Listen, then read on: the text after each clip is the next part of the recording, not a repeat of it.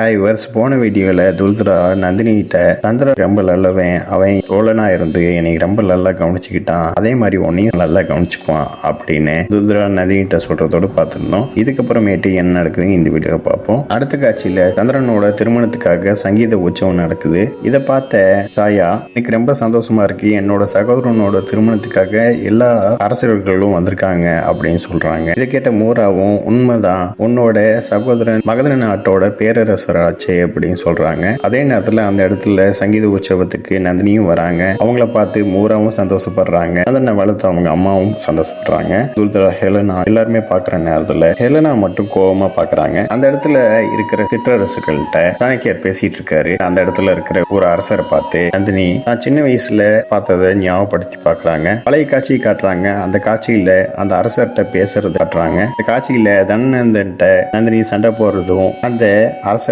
பேசுறதையும் காட்டுறாங்க. அடுத்த காட்சியில நந்தினி அந்த அரசர் பேரை சொல்லிட்டு, இவர் நம்ம தந்தையோட நண்பர் தானே, இவர் எதுக்கு இங்க வந்திருக்காரு அப்படின்னு நந்தினிகிட்ட கேக்குறாங்க. ஆனா அந்த இடத்துல இருந்த நந்தனோட நண்பரான அந்த அரசர் நந்தினி பார்த்த உடனே அந்த இடத்துக்கு வந்து நந்தினி ஆசீர்வாதம் பண்ணிட்டு போறாரு. அதுக்கப்புறம் நந்தினி அந்த இடத்த விட்டு எந்திரிச்சு போய் ஒரு இடத்துல நிக்கிறாங்க. தன்னோட சகோதரர்களையும் தன்னோட தந்தையையும் நினைச்சு பார்த்து அழுதுட்டு இருக்காங்க. நந்தினி அழுதுட்டு இருக்கிற நேரத்துல ஒருத்தர் நந்தினியை கூப்பிடுறாங்க. ஞாபகம் இருக்குதா, நான் உன்னோட சகோதரன் தனநந்தனோட நண்பன் அப்படின்னு சொல்லிட்டு ஒருத்தர் அறிமுகப்படுத்திக்கிறாரு. தனியே அவரை அறிமுகப்படுத்திட்டு திருமண வாழ்த்து சொல்லிட்டு அந்த எடுத்துட்டு போறாரு. அவர் போன உடனே நீ அழுதுட்டு இருக்காங்க.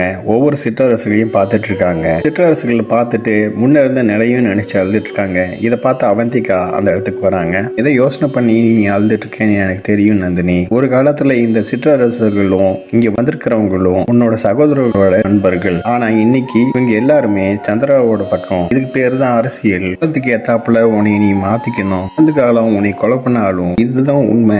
இப்ப அரசரா இருக்கிறது உன்னோட தந்தை இல்ல சந்திரன். இப்ப நீ சந்திரகுப்தனை தான் திருமணம் செஞ்சுக்க போற. இந்த உண்மையை நீ ஏத்துக்கிட்டு தான் ஆகணும். அப்படி ஏத்துக்கிறதா நம்ம எல்லாத்துக்குமே நல்லது அப்படின்னு அவந்திகா சொல்லிட்டு அங்க இருக்கிறவங்களை கூப்பிட்டு நந்தினியை அங்க இருந்து கூப்பிட்டு போக சொல்றாங்க. நந்தினி ஒரு இடத்துல போய் சாணக்கியரும் சிற்றரசுகளும் பேசிட்டு இருக்கிறது பார்த்துட்டு இருக்கிற போது சிற்றரசுகளும் சாணக்கியரும் இருக்கிற இடத்துல திடீர் தாக்குதல் நடக்குது. இந்த இடத்துல திடீர்னு ஒருத்தர் சந்திரன் உடையில இருக்கிற ஒருத்தரை குத்தி போட்டுட்டு போறாரு. இதை பார்த்து நந்தினி அதிர்ச்சாராங்க. மூரா எல்லாருமே அதிர்ச்சாராங்க.